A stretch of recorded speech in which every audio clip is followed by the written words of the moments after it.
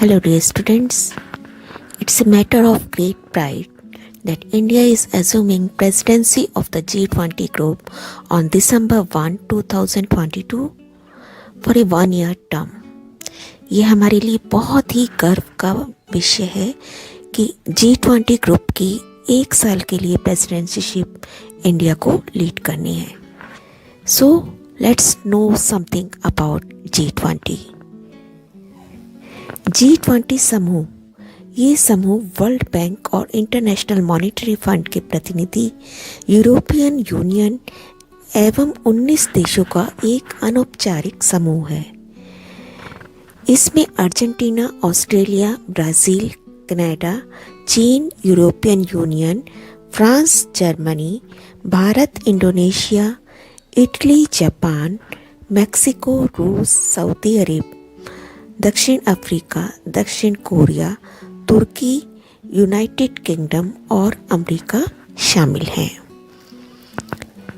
ये global business का 75%, global investment का 85% और ग्लोबल जीडीपी का 85% तथा विश्व की 2/3 आबादी का प्रतिनिधित्व करता है. ग्लोबल जीडीपी में इसकी हिस्सेदारी 85% है. विश्व की तकरीबन 60% आबादी इन्हीं देशों में रहती है. इस समूह को बनाने के पीछे का मुख्य मकसद ग्लोबल इकोनॉमी, आर्थिक स्थिरता और जलवायु परिवर्तन जैसे महत्वपूर्ण मुद्दों पर इन सभी देशों को एक मंच पर लाना और इन विषयों पर काम करना है. 26 सितंबर 1999 को इसकी स्थापना की गई थी. G20 के कार्यों को मुख्यतः 2 ट्रैक्स में विभाजित किया जाता है. पहला ट्रैक फाइनेंशियल ट्रैक है, जो फाइनेंशियल रेगुलेशन, राजकोषीय मुद्दे और करेंसी के कार्यों पर काम करता है. दूसरा ट्रैक शेरपा ट्रैक कहलाता है, जो राजनीतिक जुड़ाव, भ्रष्टाचार का विरोध, विकास, ऊर्जा जैसे मुद्दों पर ध्यान केंद्रित करता है. The logo for India's G20 presidency is made up of the lotus, the national flower of India, and the earth symbolizes living in harmony with nature. इस लोगो में कमल का फूल भारत की पौराणिक धरोहर, हमारी आस्था, हमारी बौद्धिकता को चित्रित कर रहा है. ये लोगो केवल एक प्रतीक चिन्ह नहीं है, ये एक संदेश है, एक भावना है जो हमारी रगों में है, एक संकल्प है जो हमारी सोच में है. It represents Vasudhaiv Kutumbakam. The symbol of the G20 logo is the representation of hope. No matter how adverse the circumstances, the lotus will bloom. The 7 petals on the lotus represent the 7 continents of the globe and also the 7 notes of music. G20 will bring the world together in harmony. Our mantra of one earth, one family, one future in G20 will pave a path for global welfare. India's G20 presidency will work to promote the universal sense of oneness.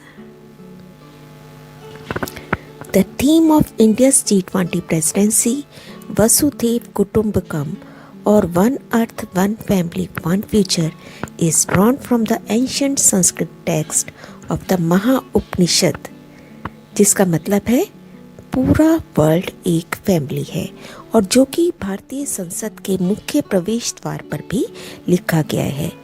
अयम निजः परो वेति गणना लघु चेतसाम उदार चरिता नाम तो वसुधैव कुटुंबकम.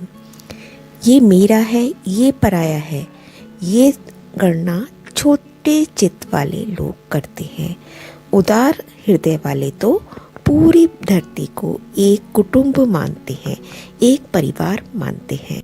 G20 India की ऑफिशियल वेबसाइट के अनुसार दिसंबर 22 से फरवरी 23 के बीच में 15 शहरों में मुख्य इवेंट्स होंगे.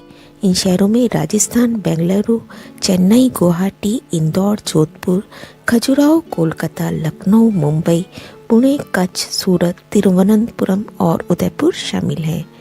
जहां भारतीय संस्कृति को भी दर्शाया जाएगा। मार्च, जून और सितंबर में भारत की राजधानी दिल्ली में G20 शिखर सम्मेलन से जुड़े अनेक कार्यक्रम आयोजित किए जाएंगे। राजस्थान के उदयपुर में होगी G20 समिट की पहली बैठक। So let's join together to make India's G20 presidency a presidency of healing, harmony and hope. Let's work together to shape a new paradigm of human-centric globalization. Honorable PM Narendra Modi. As we always say, I am blessed to be a Bharatiya. मुझे भारतीय होने पर गर्व है। धन्य अस्मि भारतत्वेन। Now it's time to let the world be proud of us. क्योंकि युवा ही देश के आधार स्तंभ होते हैं। देश के निर्माण कार्यों में आप सभी बच्चों का अहम योगदान है। देश का भविष्य आप पर ही निर्भर करता है। आप अपनी कल्पना शक्ति का प्रयोग करके देश को आसमान की ऊंचाई तक पहुंचा सकते हैं। विद्यार्थी राष्ट्र की अमूल्य निधि होते हैं। देश की समस्त आशाएं आप पर निर्भर होती हैं बेटा। तो आइए हम भी अपनी कंट्री के वेलफेयर के लिए एक साथ आगे बढ़कर काम करें।